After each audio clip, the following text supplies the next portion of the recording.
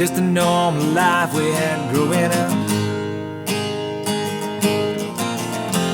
We weren't rich and we weren't poor, but we had enough.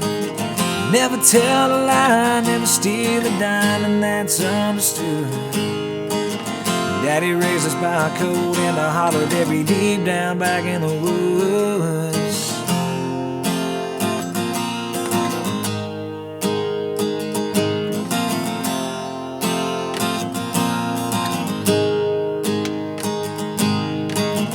Liquor ran as clear as a mountain spring. It was our tradition, our way of life, and our family name. Daddy died in June and man, it tore my world apart. But I carry that man in his old-fashioned ways down deep in my heart. I'm living proof God's got more for me, and I'm living proof. I seen the gates of hell and I walked right through. Yeah, life can knock me down if it wants to. I'll stand right up and fight back, 'cause I'm living proof.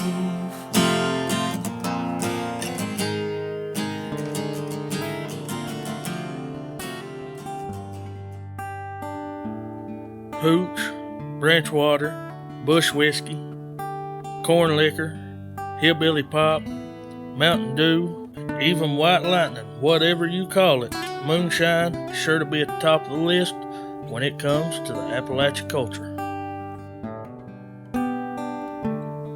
When some people hear the term moonshiners, they often think of lawless, ragged, uneducated mountain folks, just working the hills and hollers of the Appalachian Mountains, mixing batches of clear liquid from rotten corn with water from the closest stream, distilling it through whatever metal parts they can find. What has often been reported about this lifestyle is a whole bunch of fighting for pride, territory, and the right to make the best doggone moonshine around.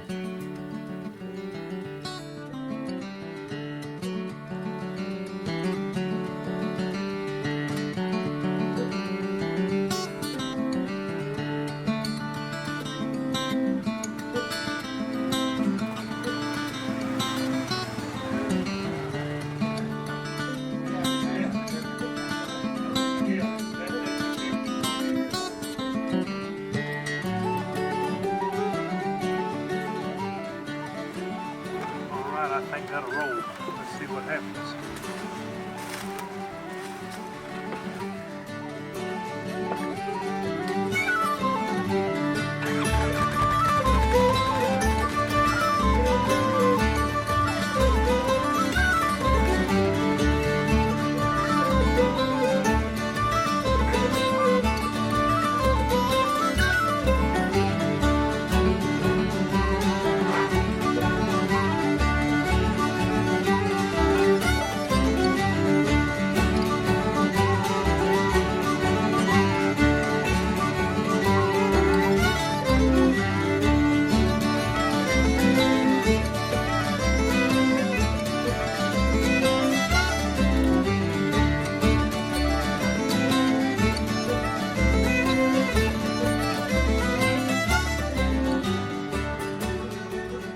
Moonshine gets its name from the way it was made, by the light of the moon.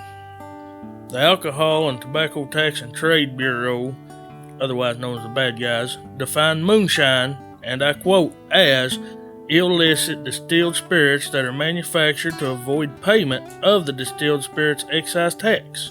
In other words, if you ain't paying taxes on it, the government says it's illegal. For this reason, ever since craft came to America, likely from Northern Ireland, most shiners worked under the moon to get their product made. Now some say when moonshine first came to these parts, you could stand in the valleys and see hundreds of still sites glowing in the mountainsides. As far back as my buddies Van Fields and Jeff Edwards can remember, their families have depended on moonshine as a means of survival. My great-grandfather was Henry Fields, and I'd say He started out shining at an early age, maybe around 1912, 1913, around that, and leads on into the 20s. Right before Prohibition started. And I guess maybe in his prime time, Prohibition hit, and that just led to a big boom for people that had to live that way or survive or feed their family. How I got into moonshining, I was young. We actually had a neighbor there at the house, and nobody knew he moonshined, but he had a still set behind the creek. And this was right there in the middle of Alpharetta. The guy stayed drunk all the time, so he actually pulled me back here to kind of watch his stuff. I never told Dad about it because Dad would have gotten mad, but that's how really I got into it. Matter of fact, when he left Alpharetta, he gave me a still. That was my first still. Of course, our family was involved in it. Some of the family was involved in it. You know, they were more or less the outlaws and stuff, but several different things.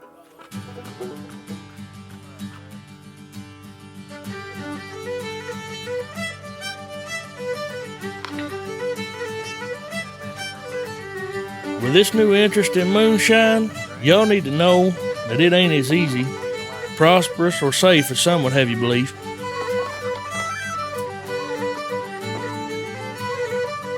Oftentimes, when it comes to moonshine, the law adds a little excitement to the process.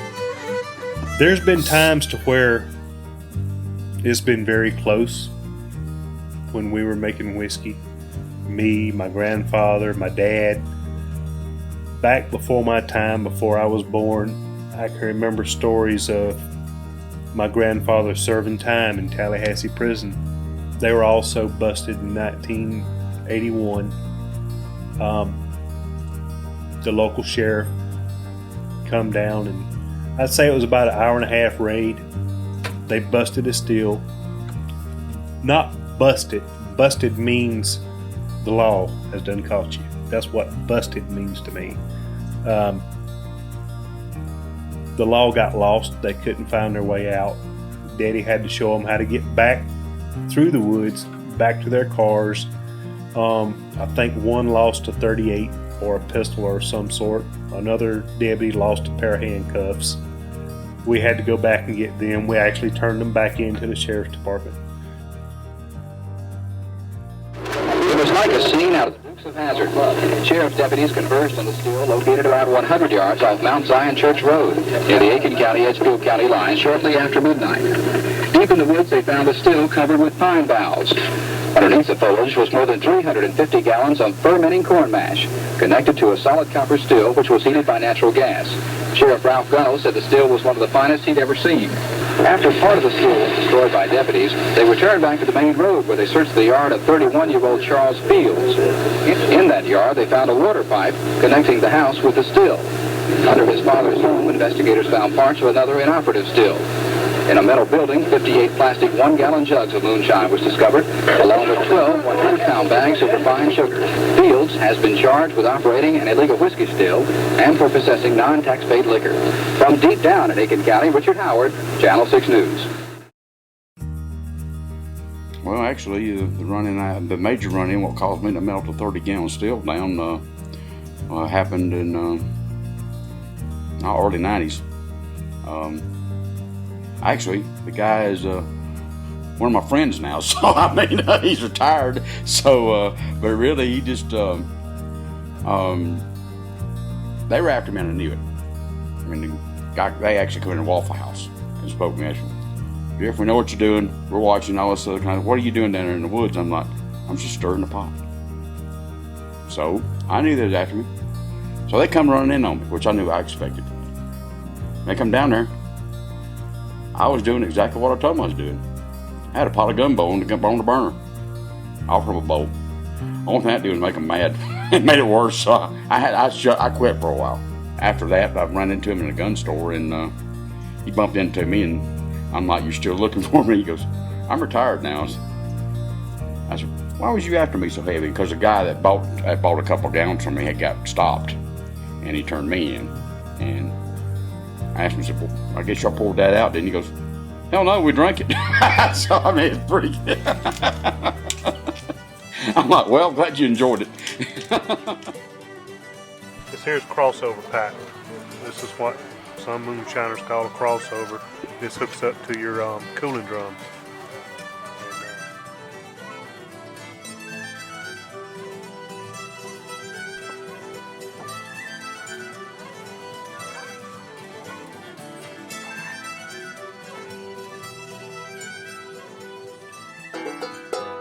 Now, one of the biggest issues when it comes to the fascination of moonshine is the dangers and the risks that come with the territory. After my grandfather had passed away, a couple of days later, I had 3 or 4 barrels of beer to run.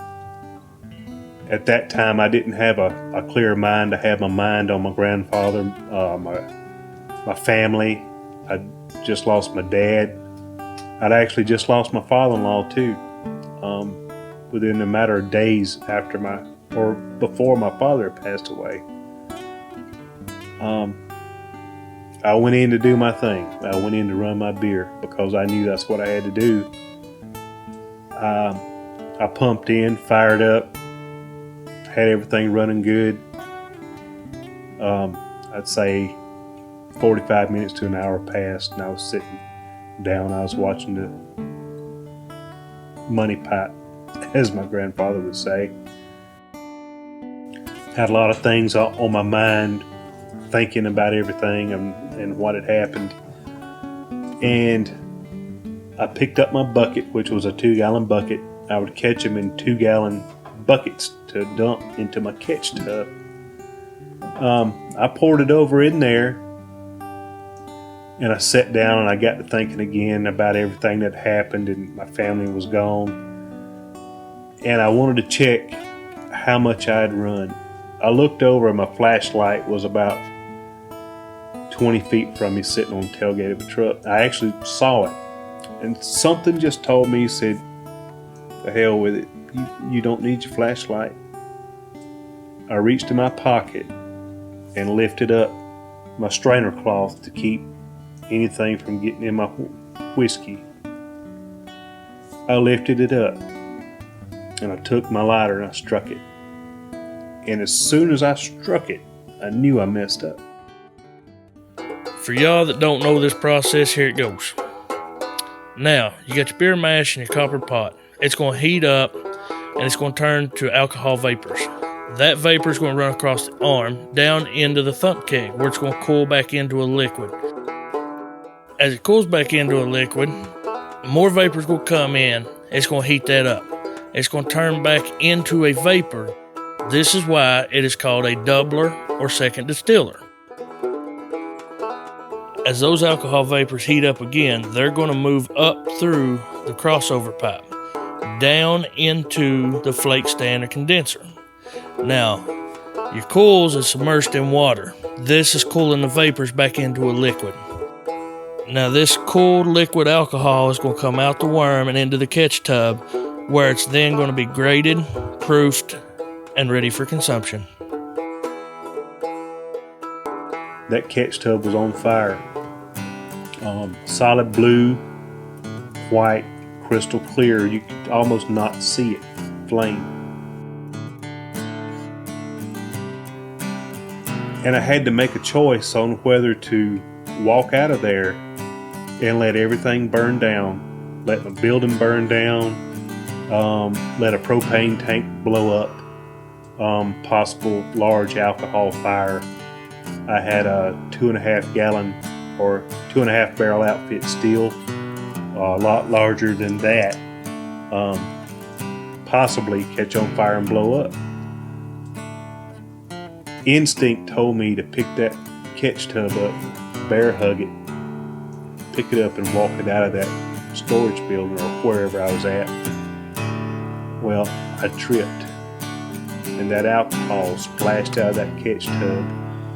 It splashed down my shirt, it run down my pants, it soaked into my socks, right in this area here. Wherever that alcohol went, that blue flame followed. I was walking flame. I finally realized to drop and roll to put myself out. When I did, I took my hands crossways like this up under my arms. My thumbs went under both armpits, and when I jumped to roll, I broke this thumb. It actually went to here on my arm. I broke it. At that point, I started panicking. I went into panic mode and half shock. I tried to take my pants off. Didn't have overalls.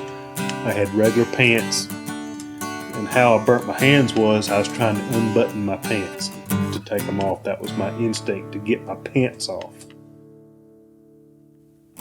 So what are you going to do at that point? I couldn't call 911. I couldn't call the fire department and say, hey, I got a fire down here. My steel might blow up. What was I to do? I was hollering and screaming for my wife. I said, hey, come out here. There's been an accident. I know I scared her. She knew I was hurt. She didn't know what to do. I got in the car and my wife drove me to the local hospital. At that point, my whole body was shaking. I was hurting. I couldn't hold back the pain then at that point because it'd been probably close to an hour of walking around being burnt. I've got scars on my hands here, up my arms, down my arms. My thighs are on the inside of my thighs from here to here are burnt. And my shin from here to here, actually where my sock fit, was full of alcohol. And that's where my leg caught the worst. I had to have skin grafts. So, and that goes back to say, anybody that's out there that don't know what they're doing on YouTube, trying to look for answers or know how, and they think they know how, you can get hurt. Bring up the temperature too quick. Right. Try to run slow. So we'll bring it up slow, but we'll see what happens. What are you doing? I'm charging the thump. I'm loading up the thump keg up with some apple backings, and that's going to help us on the long run. I may pull some out of the steel too to bring the level up a little bit.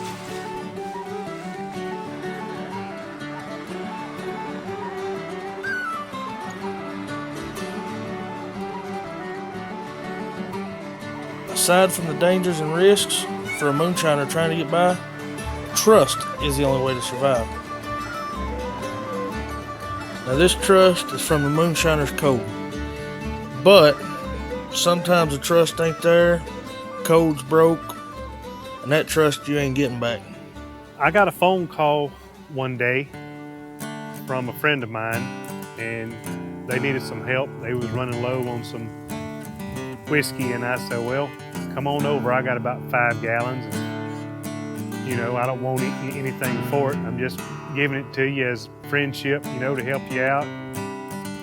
They showed up, and I'd never met him before, and things kind of went south with that partner he had, and she started tainting my liquor and stuff like that. I didn't know anything about it. And as far as doing the right thing, and people say Shiner code and this and that, Jeff didn't know me from Adam's house cat, and it ate him up because he found out what this person was doing, and he called me. He goes, well, I got a 50-50 shot of him talking to me or telling me to kiss my ass. I don't want to just go on.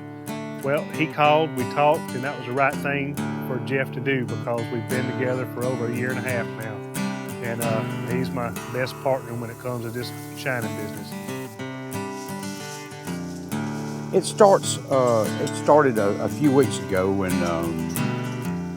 some guy, I guess he thought was smart to put out a report that they was investigated or seen by the GBI, and they was investigating somebody else. Well, one thing, that didn't make a lot of sense. It does not work that way. And I got a call from a very well-known, somebody that was very highly respected. And what she told me I knew was true. Her word is gold in this business. I set up the alarm, and before I even got the first 3 phone calls made, I've already got another call from a fellow shiner, which he's standing back there now, Rich Minnick, and he wanted to know what the heck was going on.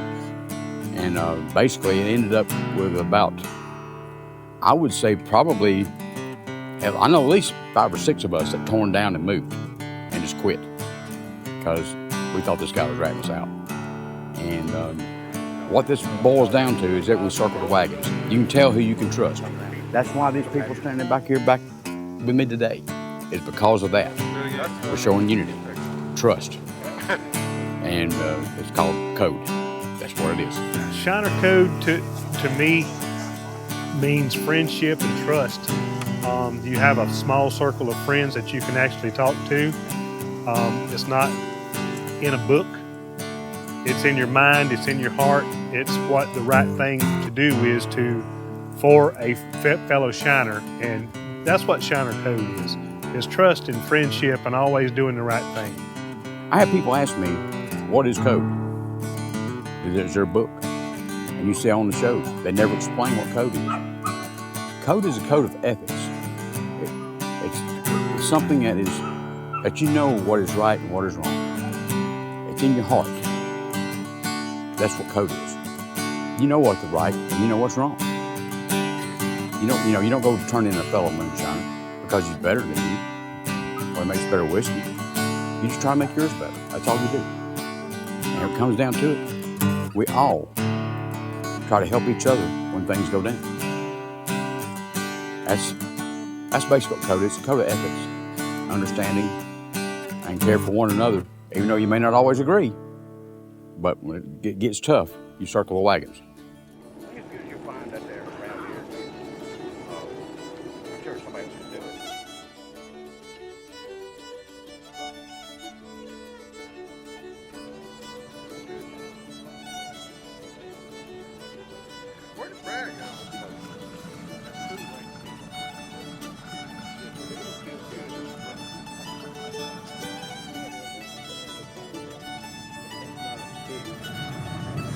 Yeah, this is not a coon pecker.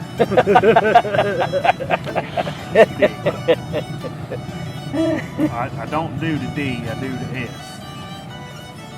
I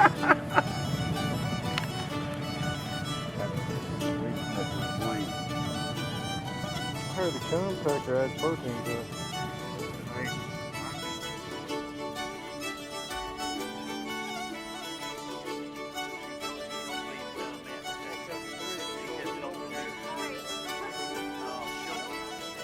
To go a little bit further, November the 13th of this year, I called him and I said, Jeff, I don't feel good. I said, I just don't feel right. And plus he's had these issues in the past, in his own history. I said, Jeff, I don't feel good. I said, he told me he goes take 4 aspirin and call me in 30 minutes. I took 4 aspirin and I called him back a half hour. I said, I actually feel a little bit better. I can walk twice as far and I'm not as much out of breath as I was earlier. He said, get to the hospital. He said, go right now. I give him credit for saving my life because I had a heart attack the day after. I had a massive heart attack at 2 a.m. in the morning, and if I hadn't listened to what he told me, I wouldn't be here telling this story today. And that's the kind of friends that we are and we'll always will be. Yeah. Get mixed up. Then I go back counterclockwise and clockwise. 100 proof, dead on the money. 100. That's 100. Jeff and Van are tighter than strings on a banjo. From the ups, the downs, the ins, the outs that brought them together, the future couldn't look any brighter for these two. After all this happened, all the fraud and everything, I was getting ready to quit, just hang it up. And then me and Van got to talking, and kind of put our stuff together. see what we could do. And he's learning brandy from me, and I'm learning corn from him. I do some tweaks to the corn, and what you see is what you get. It's turned out pretty good, I think. 'Cause we've had nothing but good reviews. And you go up there and you can mix it up with the baddest of bad. And you're coming out on close to being on top. You're getting everybody's attention. We're doing something right. Ain't you been in a circle before? Dude, Deja vu. have you ever heard that song, Will the Circle Be Unbroken? No, it won't. Not with him around, no. Don't get a leg. Don't get a leg. They got they smelling that. They need to get back. Get back over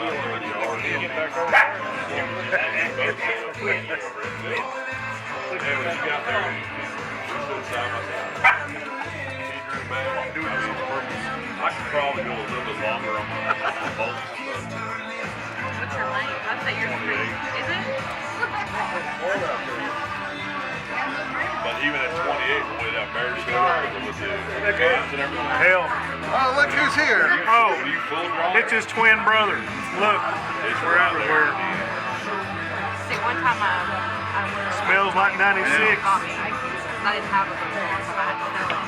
He bought me like. Tastes like 96. That's good stuff right there, boy.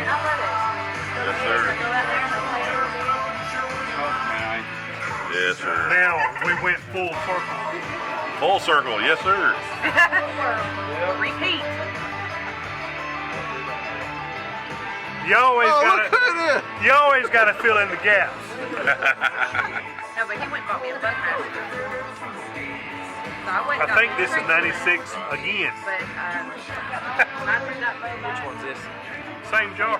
Same jar. I'm Scottish. You're in line next. Oh, look who it is. Oh look, here I am again. But Hey, I think this is 96. I think it is. What do you think, Johnny? I'm trying to do where I live. I don't know if it's where I live or what, but man, nobody wants to buy it. No.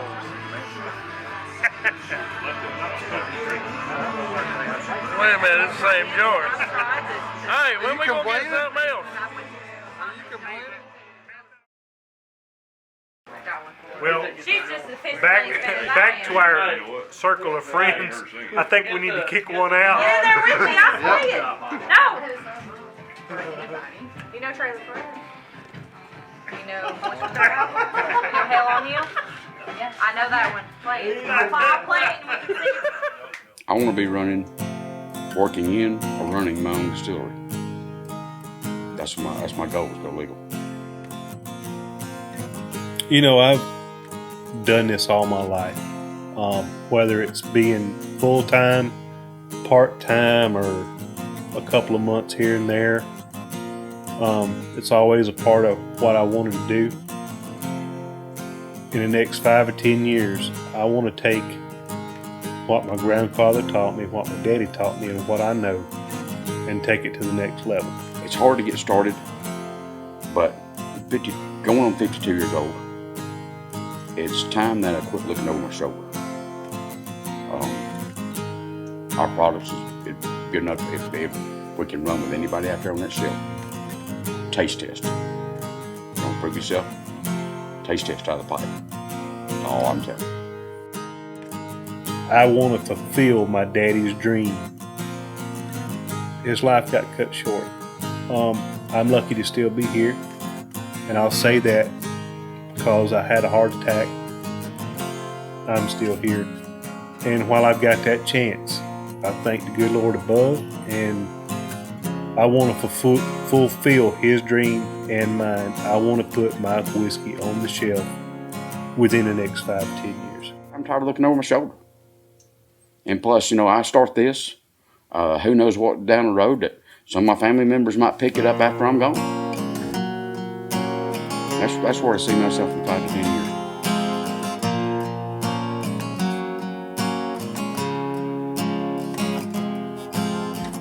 Just a Carolina man, leather neck and some callous hands. Born and raised on this stern, was a friend of pain and hurt.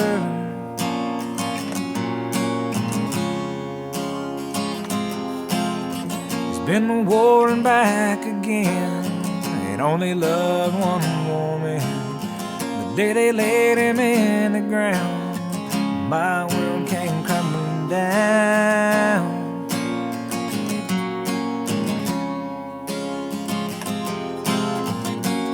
Oh, Big Daddy, I got your footprints to guide my way.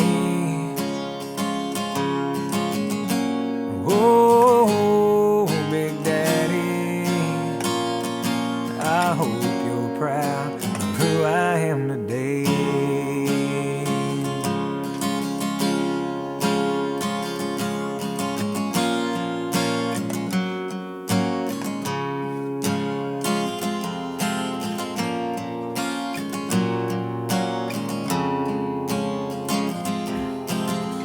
Ran whiskey in the dead of night and always held Grandmama tight.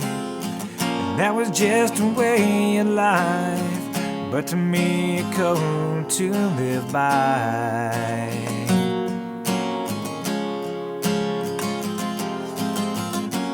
Oh, Big Daddy,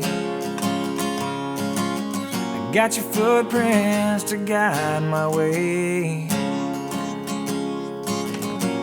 Oh, Big Daddy, I hope you're proud of who I am today.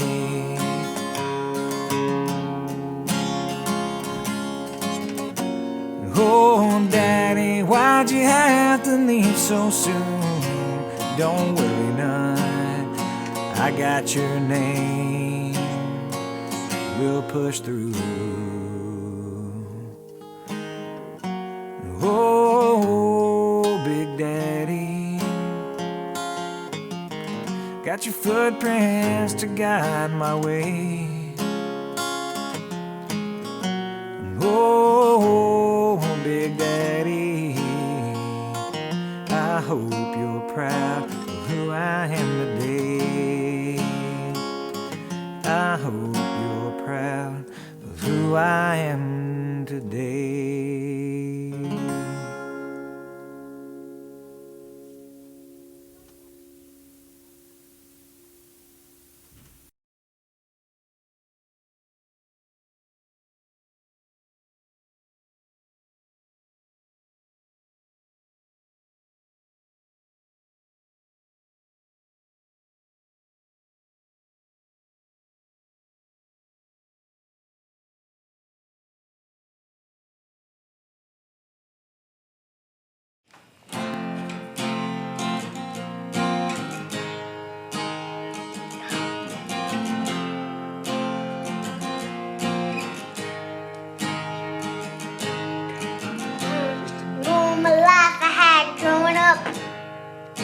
But we weren't rich and we weren't poor, but we had enough.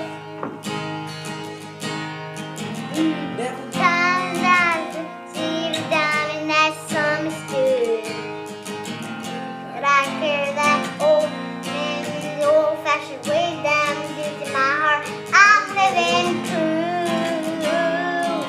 I seen the gates of him and I walk right through. If I want to, I stand right up and fight back 'cause I'm living proof.